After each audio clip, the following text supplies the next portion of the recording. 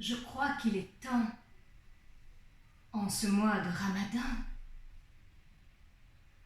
de démythifier un mythe en sondant l'âme de ceux qui ont dévoyé l'islam jusqu'à vouloir lui faire rendre l'âme.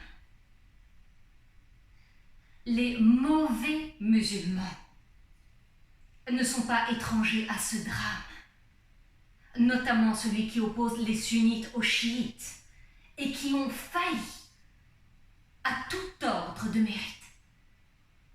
Une opposition qui n'a jamais débouché sur aucune véritable proposition, loin s'en faut. On assiste plutôt à une décomposition continue de leurs messages et de leurs usages. Et l'ennemi en profite pour opposer l'Iran à l'Irak, la Syrie au Liban et l'Arabie au Yémen. Combat vide de sens et qui est en train de les vider de leur sang. Mais il n'y a pas que les mauvais. Il y a aussi les faux musulmans, ceux qui font tout ce qu'il ne faut pas faire pour transformer la parole du prophète en arme de destruction massive. Pour venir à bout de la puissance et de l'arrogance de l'Occident, ils ont cru bon de pratiquer le terrorisme à tout bout de champ, en considérant que dans ce bas monde, il n'y a pas d'innocents. Mais il n'y a pas que les faux. Il y a aussi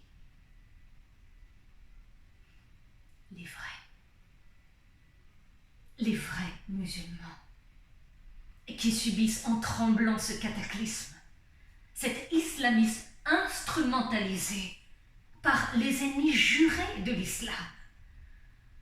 Silence,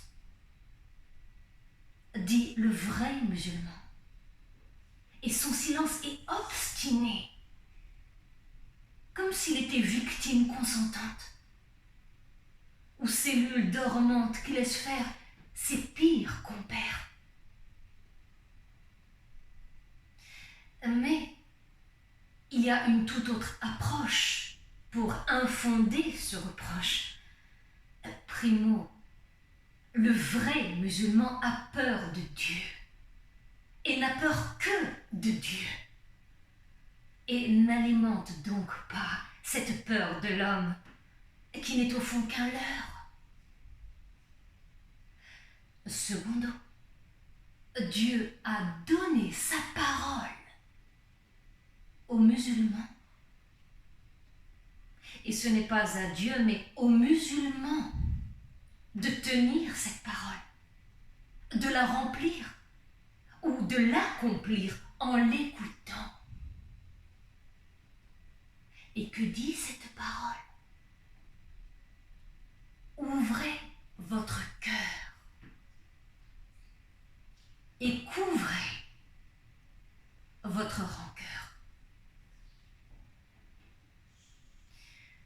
Tertio, le vrai musulman a une divine et étrange vision de la fatalité. Les faits ne l'embarrassent pas, jamais, parce qu'il sait au fond de lui